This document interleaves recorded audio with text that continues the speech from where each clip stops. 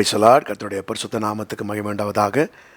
இந்த நாளையும் காண செய்த கர்த்தருக்கு கொடான கொடி ஸ்தோத்திரங்கள். தேவனுடைய பிரதான கிருபையினால் இந்த வாரத்தை நாம் ஆரம்பித்து இந்த ஆயத்த நாளுக்கு கர்த்தர் நம்மை அழைத்து வந்திருக்கிறார். இது கர்த்தருடைய பிரதான கிருபை.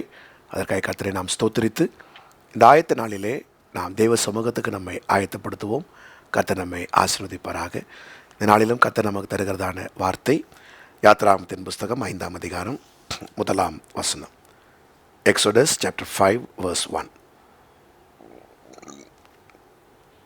பின்பு மோசேயும் ஆரோனும் பார்வோனிடத்தில் போய், இஸ்ரவேலின் தேவனாகிய கர்த்தர் வனாந்தரத்திலே எனக்கு பண்டிகை கொண்டாடும்படி என் ஜனங்களை போகவிட வேண்டும் என்று சொல்லுகிறார் என்றார்கள். கர்த்தருடைய பரிசுத்த நாமத்துக்கு மகிமை உண்டாவதாக. கர்த்தருக்கு பிரியமானவர்களே, இந்த நாளிலும் கர்த்தர் நமக்கு கொடுக்கிற வார்த்தை, எகிப்தை விட்டு வனாந்தரத்திலே பலி செலுத்த ஆயத்தமாகும். எகிப்தை விட்டு வனாந்தரத்தில் பலி செலுத்த நீங்கள் ஆயத்தமாகுங்கள். கர்த்தருக்கு சித்தமானால் நாளை தினத்தில் நாம் கூடி ஆராதிக்க போகிறோம். அவனுடைய பிரசன்னத்தை நாம் உணர்ந்து கொள்ள போகிறோம்.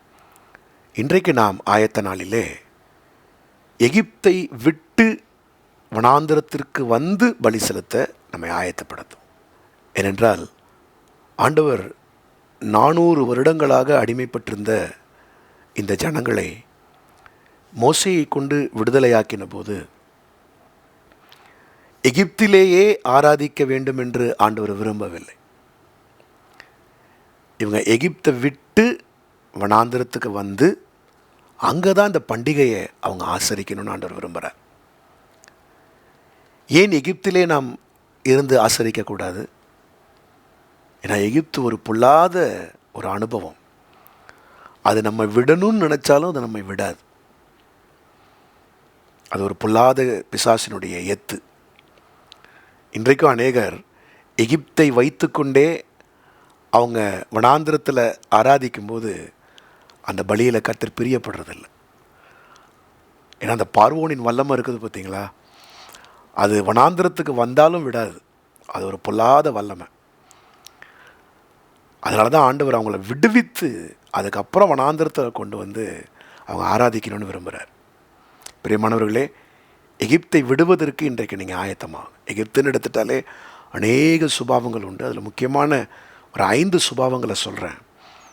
இதை நீங்கள் இன்றைக்கி நல்லா ஆயத்தப்படும் போது விடுவதற்கு ஆயத்தமாகுங்க. நாளைய தினத்தில் நீங்கள் கூடி ஆராதிக்கும்போது, நாம் தேவ சமூகத்தில் ஆராதிக்கும்போது தேவ பிரசன்னம் பரிபூர்ணமாக உங்களுக்குள்ளே இறங்கும். 1, எகிப்து என்பது பாவத்தின் அடிமைத்தனம். உங்களுக்குள்ளே மேற்கொள்ள முடியாமல் இருக்கிற, ஜெயம் எடுக்க முடியாமல் இருக்கிற எந்த பாவ கிரியைகளாகிலும் இருக்குமானால் அதை இந்த நாளில் அறிக்கை செய்து ஒரு ஜெயத்தோடு வாங்க. ஒரு பாவத்தோடு கூட வைத்துக்கொண்டே நாம் ஆராதிக்க முடியாது. கர்த்தர் அங்கே இல்லை. அதில் ஜெயம் எடுங்க. எந்த சுபாவம் உங்களால் போராடிட்டுருக்கு, ஒரு பாவ வாழ்க்கை, ஒரு இருளான வாழ்க்கை, அதில் ஜெயம் எடுங்க. இன்றைக்கி அதுக்கு ஆயத்தப்படுங்க. 2, எகிப்து எதை குறிக்கிறது? பெருமூச்சு, புலம்பல், தவிப்பு. ஏதோ ஒரு காரியம் உங்கள் மனசில் இருந்து உங்களை புலம்ப வச்சுட்டே இருக்குது. இந்த உலக காரியம், ஒரு கவலை, ஒரு துக்கம். அது உங்களை குறித்தோ, குடும்பத்தை குறித்தோ, வேலையை எதையோ ஒன்று வச்சு ஊழியத்தில் கூட சில நெருக்கங்கள் இருக்கலாம். எதையோ ஒன்று வச்சு உங்களை புலம்ப வைக்குது. இந்த புலம்பலோடு தவிப்போடு நீங்கள் ஆண்டவருடைய சமூகத்துக்கு வரும்போது அங்கே கர்த்தருக்கு நீங்கள் பலி செலுத்த முடியாது. அதை நீங்கள் விடுங்க. ஆண்டவருடைய கருத்தில் ஒப்பு கொடுங்க. புலம்பாதீங்க. கர்த்தர் தான் நமக்கு விசுவாசத்தை கொடுத்துருக்கிறார்ல, தைரியத்தை கொடுத்துருக்கிறார்ல, அதை பிடித்து கொள்ளுங்க. 3, எகிப்து எதை குறிக்கிறது? எகிப்திலே ஒடுக்குதலும் கொடுமையும் உண்டு. மற்றவங்களை ஒடுக்குவாங்க, கொடுமையாக நடப்பிப்பாங்க. அவங்க மனசில் ஒரு ஈவு இறக்கமே இருக்காது. அவங்க இருதயம் ரொம்ப கடினமாக இருக்கும். எகிப்தியரோட இருதயம் ரொம்ப கடினமாக இருக்கும். இந்த நாளில் உட்காந்து எந்தெந்த பகுதியிலெல்லாம் என் இருதயம் ரொம்ப கடினமாக இருக்குது, லகுவாக ஆகலை, என் மனசில் ஒரு இரக்கம் அதிகமாக வரமாட்டேங்குது, நான் ரொம்ப கடினமாக இருக்கிற இடங்கள், அதெல்லாம் விட்டு கொடுங்க. 4வது, எகிப்து எதை குறிக்கிறது? எகிப்திலே இஸ்ரவேலர்களோடு அவங்க ஐக்கியப்பட மாட்டாங்க. ஏதோ ஒரு பிடிப்பு அவங்களுக்குள்ளே இருக்கும். எகிப்தியர் இஸ்ரவேலரை பார்க்கும்போதெல்லாம் அருவருப்பாங்க. ஏன்னா இவங்க ஆடு மேய்க்கிற தொழில், அவங்களுக்கு அந்த தொழில் கிடையாது. அதனால் அவங்களுக்கு வந்து இஸ்ரவேலரை பார்த்தாலே அருவருப்பு. உங்கள் வாழ்க்கையில் இது பிடிப்புகள் வச்சுருக்கீங்களா? இவங்களோட பழகக்கூடாது, இவங்களோட பழகக்கூடாது, இவங்களோட ஐக்கியம் கொள்ளக்கூடாது. விசுவாசிகள் என்று வரும்பொழுது எந்த வித்தியாசங்களும் பார்க்காம சபைக்குள்ளே ஒருவரோடு ஒருவர் நல்லா ஐக்கியப்படணும். ஐக்கியப்பட முடியாமல் சேர முடியாமல் இருக்கிற இடங்களை தாண்டி ஓடுங்க. அந்த பிடிப்புகளை விட்டு வெளியில் வாங்க. 5வது, எகிப்து எதை குறிக்கிறது? அது நிரந்தரமானதல்ல, தற்காலிக சந்தோஷங்களை கொடுத்துட்டே இருக்கும். உங்களுக்குள்ளே ஏதாகிலும் ஒரு காரியம் அப்பப்போ வந்து உங்களை மகிழ்ச்சியாக்கிட்டு குஷியாக்கிட்டு போயிடுது, அப்புறம் திருப்பி அது வரவே மாட்டேங்குது. அப்படி ஒரு நிலையில் உங்கள் மனநிலை இருந்துச்சுன்னா அதை இந்த காலை வேளையில் விடுங்க. நம்மளை எப்போதுமே நிரந்தர சந்தோஷம் இருக்கணும். அது என்ன சந்தோஷம்? ரட்சிப்பின் சந்தோஷம், ரட்சிப்பின் மகிழ்ச்சி. இந்த மகிழ்ச்சிக்கு ஈடானது இந்த உலகத்தில் எந்த மகிழ்ச்சியும் கிடையாது. ஒரு பண இழப்போ, ஒரு வருமான இழப்போ, ஏதோ நினச்சது நடக்கலை, இதனால் ஒரு சோர்ந்து போய் அந்த மகிழ்ச்சி எனக்குள்ளே இல்லை, அந்த சந்தோஷம் இல்லை. இப்போ எகிப்து வந்து இந்த தற்காலிக டெம்பரரி ப்ளஷரை கொடுத்துட்டே இருக்கும், அப்புறமா நிரந்தரமான மகிழ்ச்சியை திருடிட்டே இருக்கும். இது ஒரு முக்கியமான 5 காரியங்கள் உங்களுக்கு சொல்லியிருக்கிறேன். நிறையா இருக்குது. இந்த 5 காரியங்கள் தான் முக்கியமானது. இதை இந்த நாளில் உட்காந்து தேவ சமூகத்தில் விட்டு ஆயத்தப்படுங்க. இந்த 5 உங்களை நெருக்காதபடிக்கு தேவ சமூகத்தை வரும்போது ஃப்ரீயாக வாங்க. ஆண்டவரை ஆராதிங்க. வனாந்தரமாக இருக்கலாம், தனிமையாக இருக்கலாம், அங்கே மரஞ்செடி கொடி எதுவுமே இல்லாமல் ட்ரையாக இருக்கலாம். ஆனால் உங்களுக்கு மேலே ஒரு மேகஸ்தம்பம் உண்டு, பக்கத்தில் ஒரு அக்கினி ஸ்தம்பம் உண்டு, வழிநடத்த ஊழியக்காரனாகிய மோசே உண்டு, அங்கே கண்மலையாம் கிறிஸ்து நம்மோடு கூட பிரயாணப்பட்டு வந்துகிட்டே இருக்கிறாரு.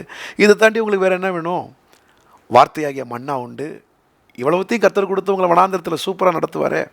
அங்கே கர்த்தரை ஆராதிங்க. அப்படி கர்த்தரை தொழுது கொள்ளுங்க.